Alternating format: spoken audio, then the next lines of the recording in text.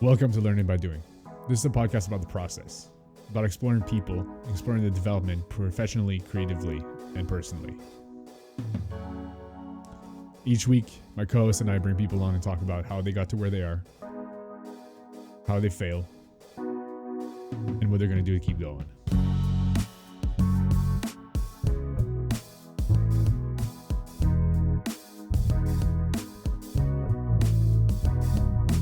In other words, if he doesn't realize that the true reality in which he lives is the present moment now. I'm your host, Charles, joined by my co-host, George, and this week we have a classical pianist, trained and turned musical therapist, and I want to explore that a lot more. Kristina, welcome to the show. Welcome to the podcast. Thanks for having me. So I'll intro you more than just a classical pianist turned musical therapist. You are someone that started doing piano, if I understand correctly, at a young age, and dabbled in a little bit more music, decided to make that a career path, got to the end of that road, and flipped. Ooh. Well, end of that road. got involved in that and flipped from there into something interesting, something a little more interesting to you that pushes you forward, which is music therapy, which is a field that I know not much about and I want to learn. Great. So let's start from the beginning. I want to hear about your path as a classical musician. You started playing music at what age? I was 6 And you started when I started. piano? When I started taking piano lessons, yeah. Okay. And was it just a bunch of instruments, or you said piano is going to be the one? I'm dedicating myself to it. Piano was the thing. I kind of grew up in a household where all us kids were learning how to play piano. So I have a twin brother and a young older sister, actually. So my sister ended up dropping out of that. My brother really kind of maintained his passion for that, but he didn't pursue music in school, and neither did I at first. I guess my path kind of looked like I didn't know about music therapy until maybe 2 years before I applied to the program in Montreal, because I didn't even know it existed as a profession. And that's actually kind of why I didn't pursue music initially either. I didn't want to teach, nor did I want to play as a professional musician. So in my studies, I actually pursued topics I wasn't really interested in. You sound like you're kind of stepping away a little bit. You're like, I've studied, kind of pushing away what you studied. What is it? You went through CJEP in... Yeah, school was never my strong suit. I was always afraid of academia. I was never... grades were not really my thing, especially in comparison to my other siblings. So school to me was always this area of dread. I never really quite fit the mold, and I'm actually kind of exploring some issues related to that at this point in my life. I have a feeling that there might be maybe an uncovered or undiagnosed learning disability or learning challenge, so some kind of neurodivergence that I'm really looking into now, but I digress. So in university, actually, most of my friends went and studied education. So I thought I would just, follow in their footsteps and hope that my life would come together the way theirs did. And when it didn't, I was like, well, maybe I should just do something that feels right for me. And then that's kind of when I switched. So 2 years into university, I dropped education and I switched into the music program. And so you said the music program, you went into music program being like major in piano composition type thing, or? Performance. Performance, okay. Performance, yeah. So that led to 3 more years. I think 3 more years. My university career entirely was 5 years.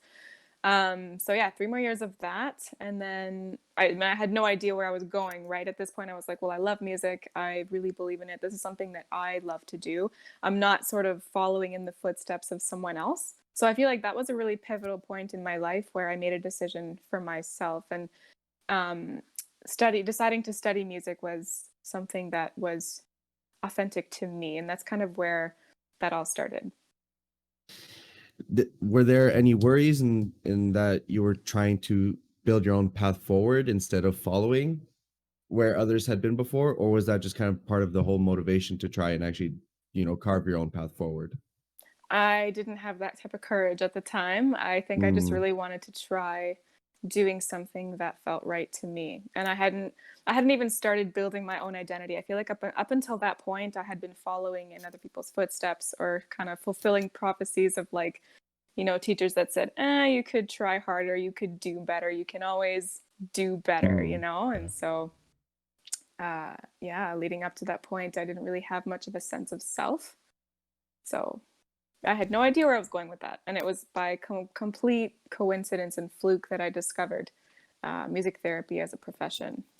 Yeah, mm. and I'll build up to that. I really want to explore the music path first because I mean it Sure. has a lot to it, and it kind of guided you to music therapy. I Hmm. want to understand a little bit of you started piano because it was a thing in your household, but music in general is such a thing that you have to spend so much time to get a little bit, and then if the more you spend time, the increments are small. What kept you to it? I understand you love it, but was it kind of that one thing that you had that was pushing you forward of in you were doing it by yourself for yourself? It was always a really personal thing for me, honestly. It was the thing that made me feel most, it was my one main source of expression, I feel, and it was an outlet. I was a really emotional child, and I feel that just finding a way to express, like, just that was my way. That's really all I can say about that. I mean, it was my language. And I really felt like uh, playing music and practicing, interpreting the beautiful music that had been written by composers and just getting that honor to read their music. It's like reading a book in Yeah. a really Mhm. poetic and, and I could really detect a lot of my own and relate a lot of my emotional realities in that music. And so that was really a way for me to just honestly feel alive. Yeah, and if you're bridging that gap there of music as a language, to a lot of people it's just sounds, and I mean the lyrics on top make whatever song is a song. But without even getting deeper into the theory of it, you start understanding like, okay, these chords or these bundles of notes make you happy. These kind of Mm, show like a little sad or a little mm, pointing question or stuff like that. And it's really mm. there that I feel like you start realizing, okay, you can use this language, you can use this. And when I feel like when music therapy hits you of like, this is a thing you can pursue, it's taking that language and giving it to others. Hmm. Interesting. Yeah, it's a To way of seeing it. to be honest with you, when I first started the music therapy program, I had no idea what I was getting into. I had no idea what it was about. Really just wanted to learn what I could do with music because I had used music as a way to self-serve for so long. I really wanted to learn how to use it in a way that would benefit others. And I say this to everybody, I'm still kind of perfecting my elevator pitch of what music therapy is. I don't know if I ever will, but it's quite abstract. But yeah, I like what you said about sort of using the therapeutic value and finding ways to uh, extract that and use it with in therapy. Hmm. Yeah. And were you like, so you're playing compositions, and this is a lot of you're reading other people's uh, Yep. music and Yeah, trying to exactly. make your own twist on it sometimes, or Hmm. just keeping it to what it is. Were you Hmm. doing shows? Did you do recitals and stuff like that? Yeah, so how my program worked was that we have basically you spend the whole year learning maybe three to five pieces in different styles and different genres, and then at the end of that semester you have a jury exam, which is when you have learnt those pieces and you play them for a set of judges, and then based on that you get a grade. So they That's judge you, yes. You are judged according to a set of criteria, that is, do they play in the correct style of the composer? Is this played, are all their notes right? Is the timing right? Are the dynamics good? There's a checklist of things that the judges kind of evaluate your playing by. And there was a lot of like controversy, I suppose, in talks about that and in discussions about that, which is also something I love about now discovering myself as a music therapist. There's none of those judgments. There's a very big difference between being a professional musician and then being a music therapist. Yeah, because I want to kind of hit on that. Of to a lot of people, music it's subjective, right? We all have, I like this type of music, you like this type of music. Compositions are, here's what you have to do, and like it's all written down for most parts. Like you're supposed to go higher on this, you're supposed to try to do motifs there, but you're still being judged by people that are going to pick up on different things, right? The judge at the end is still biased in some ways because they like this type of music a little bit more, they like these things more. So it's weird to not have this is a true answer for a song, because you're not trying to recreate Bach. You're not trying to be one to one. You're kind of bringing some of your own stuff, right? Right, and I think that was it's a big learning process for each, pianist or musician to sort of learn their own style. But it's a very different experience to do that classically versus in a therapeutic environment, if you will. Like if we're going to stick to, I guess for the sake of this discussion about the classical thing, and there's this whole set of criteria that you're evaluated by. It's quite a rigid world. Yeah.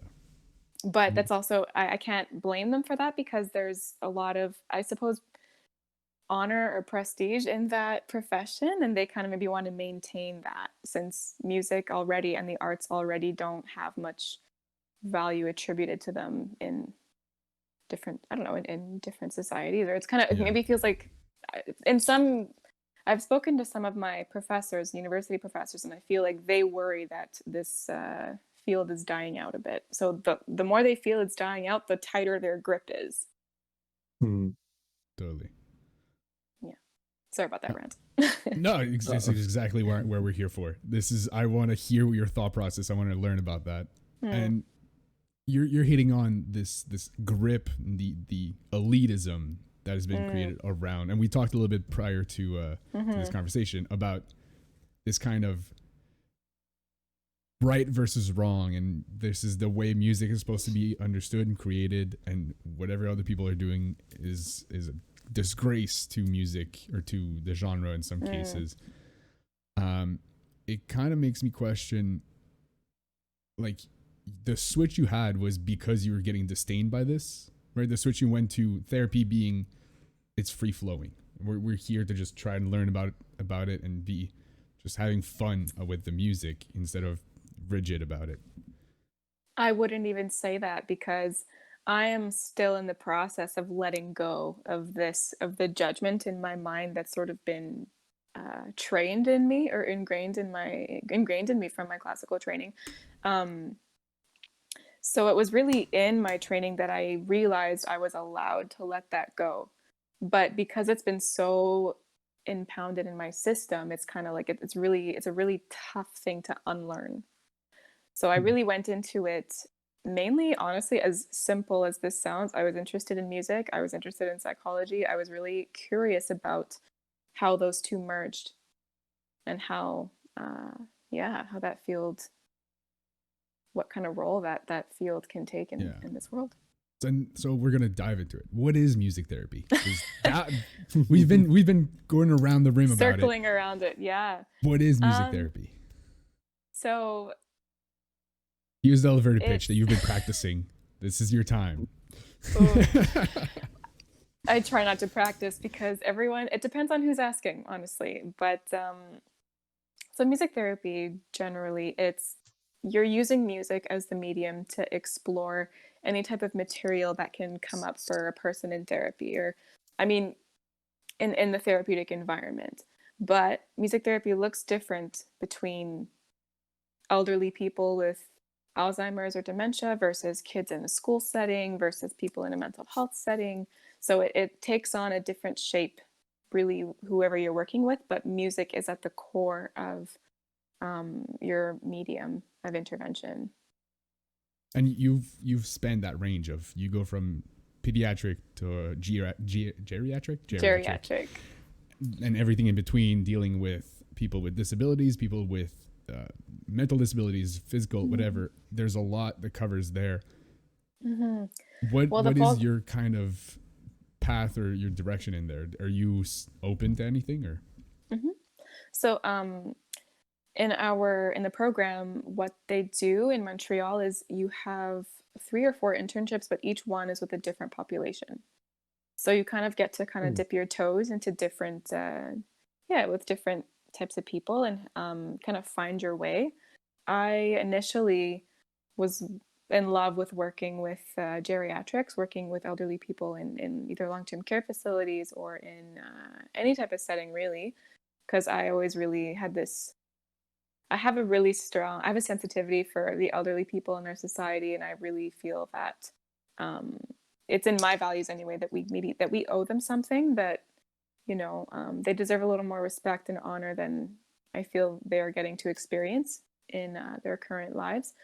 But of course, in working with different populations, I've grown to liking working with different people. So I also love working with individuals with intellectual disabilities. I had a work experience not long ago working with men who have schizophrenia, so different mental health challenges. But I mean, the beauty about it is also that you can experience so much with different people, and you can choose it's a very on the spot, on the job type of learning. Yeah, and it kind of brings me to, from my understanding of what I've read about and all that, there's the receptive versus active parts of exactly the psychological behind. What is kind of difference? Because you can definitely explain it better than I could read. So receptive means mostly that it's, let's say, a listening experience.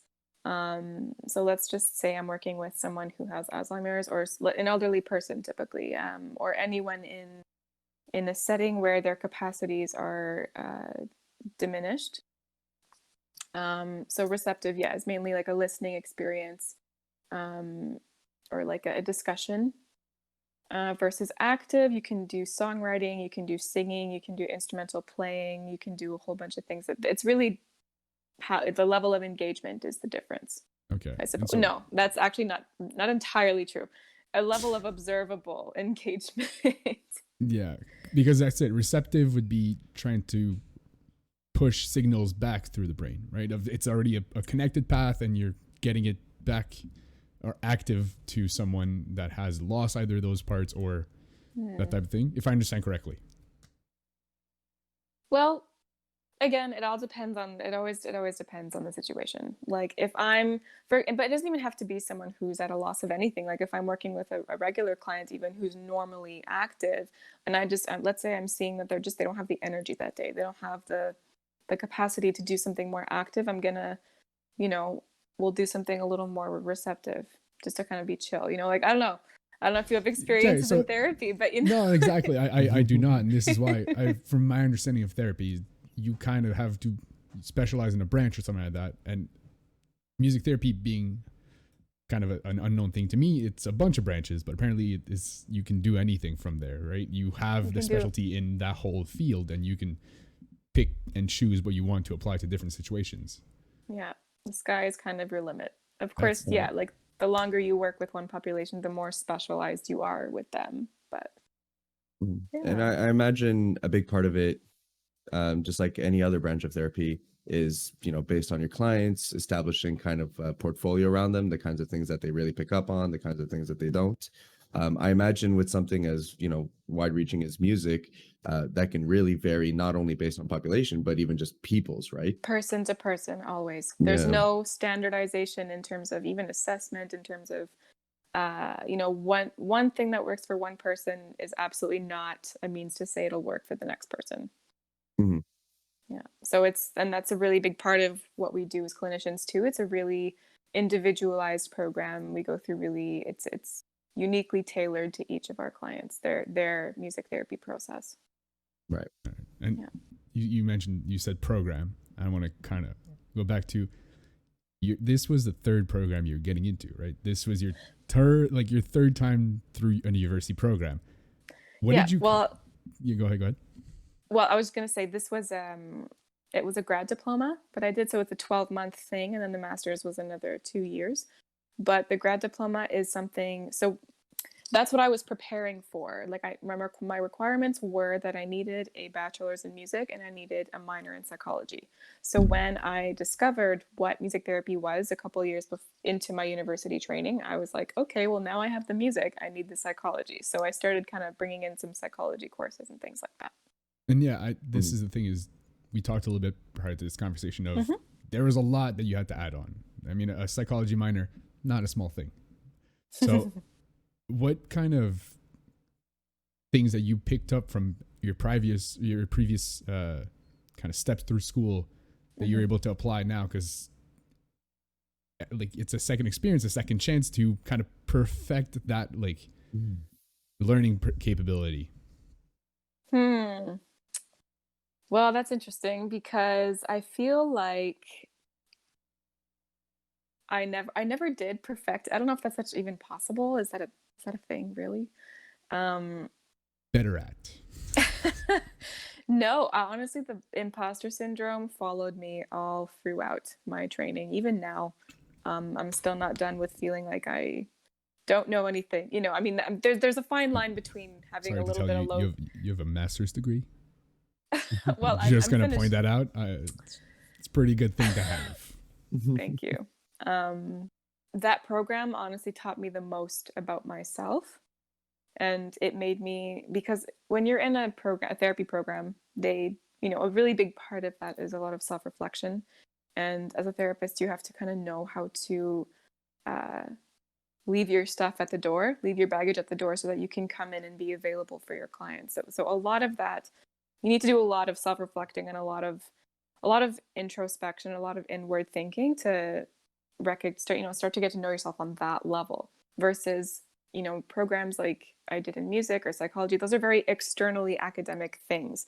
And your grades are based on your study skills and your study habits and your ability to learn, I suppose. And I'm not really sure I could tell you how much I remember from my university years. And I feel like my teachers would be so heartbroken if they ever heard me say that. But and yeah, it kind of makes me like every path you had were very different, right? From school, which is give to others, and music, which is perform, and then therapy or psychology, which was back to you, and like it was very a path back to you, I guess. And it kind of makes me think of what was the first thing you realized when you got to like psychology that made it click, that you're like, okay, this is what I've been trying to do. Honestly, I didn't start feeling that until I would experience these moments in person with real clients and real people, and where I actually felt like I made that person's day better. No, I don't think any academia or any academic training, any academic experience really had me feeling that way, because I really struggled in my academics. Yeah, that was a really sensitive point for me. I saw it. I really, I don't know what your education backgrounds are, but if you're in university and they always say, oh, this is how to get good grades, or go get support, learning support. These are the services right here. I never really started looking into those or taking those seriously until my master's degree, to be completely honest with you. And it makes me kind of think about the idea that you are fighting for a grade with other people around you that are also fighting for a grade, and it builds this competition. And we talked about this also before of instead of pushing people to help each other, you're pitted against other people. And I know not from experience, but from retelling of an experience of the psychology major at McGill is based on whatever the average is becomes a B. So you have no reason to try to help people around you. You're in a class of 700 people, and whatever the average becomes, this is a B grade. And if you want to get an A, well, you have to be better than the average. And it makes you not help out people below you and unable to reach people over you. And you really have to seek outside if you don't have an understanding with the teacher, because it's a teacher per teacher thing, right? Some people don't click with certain teachers. Some people don't have an understanding for the class without it being reformed in a different manner. So I kind of want to have your experience on this of going through up to a master's degree. What is things that you realized going through those programs? Well, I feel like I'm pretty lucky in the sense that I never really had that much of a competitive environment in terms of grades. I would feel like I was always in a cohort that was willing to encourage each other, especially in my music training, because also once a week we would have these something you call a studio on a Friday at 12 o'clock where everyone in the music program would play for each other the pieces they were learning. Even if it was a rough cut, if it wasn't the perfect thing, it was to gain practice in playing for an audience. But it was a really encouraging and supportive thing. We were a pretty small program. So I'm actually, yeah, as I said, I feel quite lucky in the sense that I never really felt uh, pitted against anyone, if as you said. But I definitely compared myself a lot to people. So I think that was what was hard for me, is just feeling like you're, everyone else is better than you, and what that does to a person's kind of Yeah, process. because your worth becomes very close, and when you're in school, this is all you do, right? Your job, quote unquote, is to do good in school. So your self-worth becomes very attached to how well you're performing in that certain class or certain thing. And I do feel like there's a very major problem that needs to be fixed there, of you're not being pushed forward, but you're being held. Like it's always going to be, if you do anything wrong, you're held back instead of helped. To be honest, though, it's funny. I tell some of my friends this sometimes, and they're like, "What? You're so crazy." Sometimes I wish I was held back a little more, because I didn't sometimes feel like I was always ready to move on to the next step. Mm-hmm. And I think that, again, that really depends on what kind of learner you are. I think that's maybe a little bit where the problem lies. I don't feel that people have enough time to discover themselves as learners and how to really be in the learner position, and how to, yeah, because I think that's where my biggest struggle was, partly, was that I didn't know how to learn. I didn't know how to Mm-hmm. retain the information, because the testing is also very, it's a one test thing. You write it once, you get the grade, and it's like It's in gone. one side. Yeah, exactly. As soon as you write the exam, it's out of your head, and you really you studied that hard just so you can write that test and do semi okay, you know? Um, Right. yeah. Yeah. The one of the big things I find when I am exploring like where education is at right now, because it's so much of it is standardized to a point where we're not really incorporating, like you were saying, the different kinds of learners people are, and there's no Mm-hmm. real focus, right? How do you put in, when we're talking elementary or high school, a room of 20x people? When we're talking university, we're talking, classrooms could potentially over 100 different people, Mm-hmm. and it's there's such a struggle there, I find, between trying to cater to all these different kinds of students, all these different kinds of learning. And I know for some material back in when I was going through university, it was just, some material I think wasn't quick enough. And then some of it, I just wish I had so much more time on. Right. So, yeah, so I completely relate with the fact that I think education just doesn't cater to the learner right now. I think, and obviously, I think there's a struggle there Mm-hmm. in that you have to standardize at some level because we do need to get people from one end to the other, Mm. but it's really not created for the individuals. So I think that creates a lot of hurdles that stack on to the fact that in itself university is already tough enough, and learning Yeah. is already a challenge in its own right. So Yeah. And I'm just going to add a little bit, just to, add a little onto that, is in my program, I had one of my really good friends in the music therapy program. She was autistic. So even, it's difficult for people who don't have other needs already. mhm, It's already not tailored for people who have different learning styles, let alone people who have different wired brains, Yeah, you know? right. and the whole idea of being held back and trying to learn more on one subject would be great if it wasn't attached to so many other things.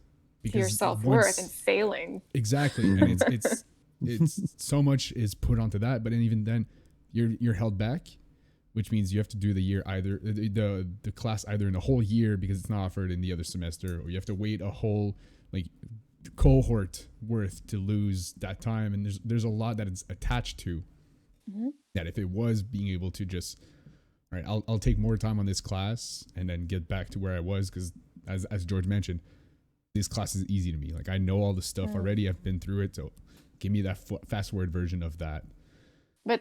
And see, that kind of reminds me, that kind of starts a whole other circle of thought in my mind, where we're taught that failure is a scary thing and that you should avoid it at all costs, especially in your early years. You know, we're taught at a very young age that it's something that can stifle your growth, your progress, when really it's quite the opposite, actually. You know, if kids are, let's say, held back a year or something, and you had, I'm not going to toot my own horn, if you had music therapy services in schools or something, you know, to get them to process what that failure might mean, and how, you know, like get them to process that social isolation they might experience, let's say, you know, if there's staff, if there's people who are there who are available to sort of help those kids along,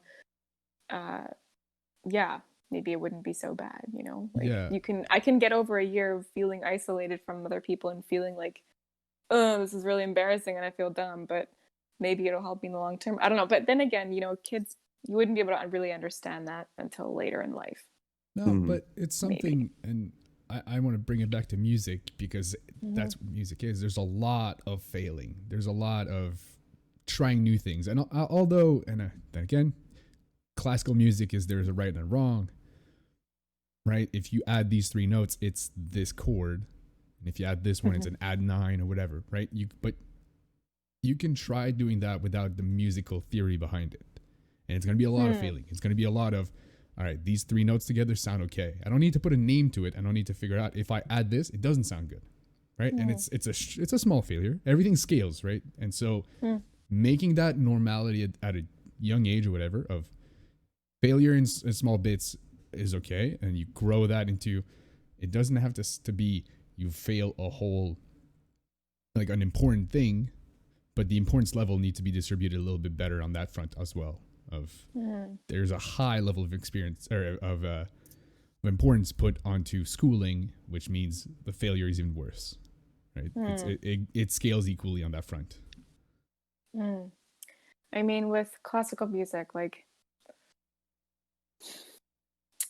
as you were saying, like, I think the rightness and wrongness of it is more the, well, that's not what's written on the page type thing, you know?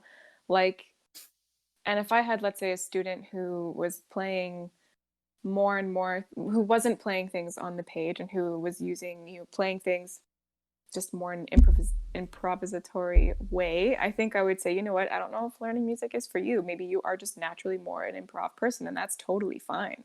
You know, I'm not going to try and fit this person into the mold just because, you know, let them pursue the strength of exploring the keyboard, and, you know, let's do something different. Let's do something that's more you and less what this structure tells you to be.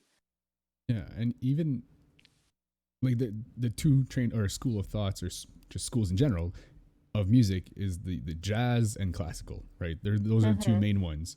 This is the main difference, is jazz is all about exploring whatever happens, and there's no wrong notes.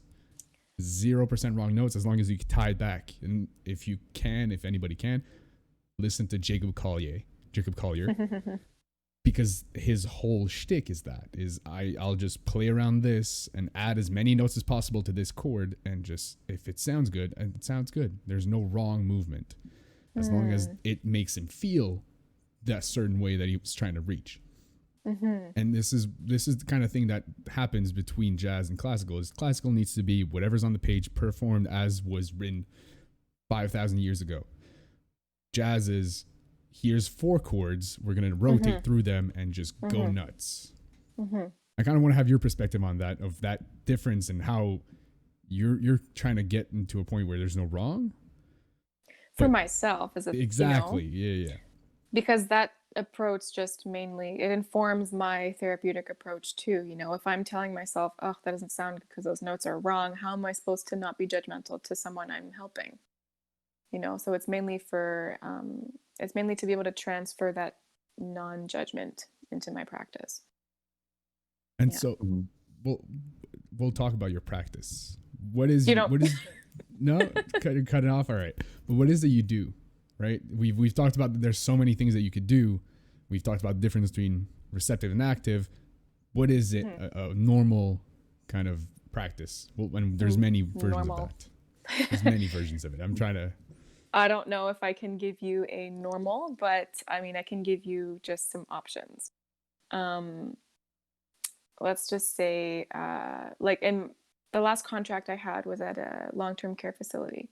So I was working with elderly people who were suffering from mostly isolation, who, let's say, because they weren't able to move anymore or had minimal speech abilities or things like this, they just were, yeah. I would use the music with them in a way to evoke the most that I possibly could from these individuals, just either whether to access memories, to access a movement,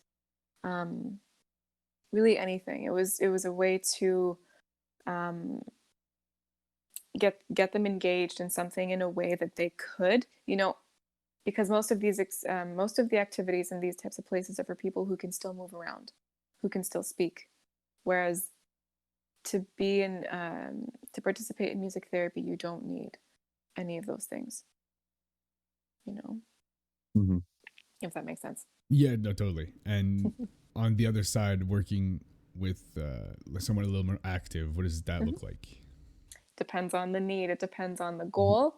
If my goal is, this is probably something I should have explained earlier. We can address, I think there's 6 different domains of functioning. There's communication, there's cognitive, there's motor, musical, social, and emotional. So those are the general domains that we can work within music therapy. And in the assessment is where we, as music therapists, make a judgment call or on which of these areas we will be working on with these individuals, unless they come to us already with a specific purpose or a referral or something. Okay. So let's say, and I've done a lot of group work as well as an individual.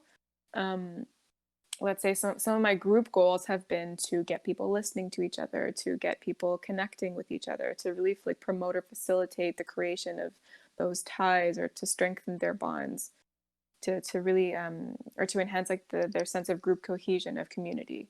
Music is a really great way to do that.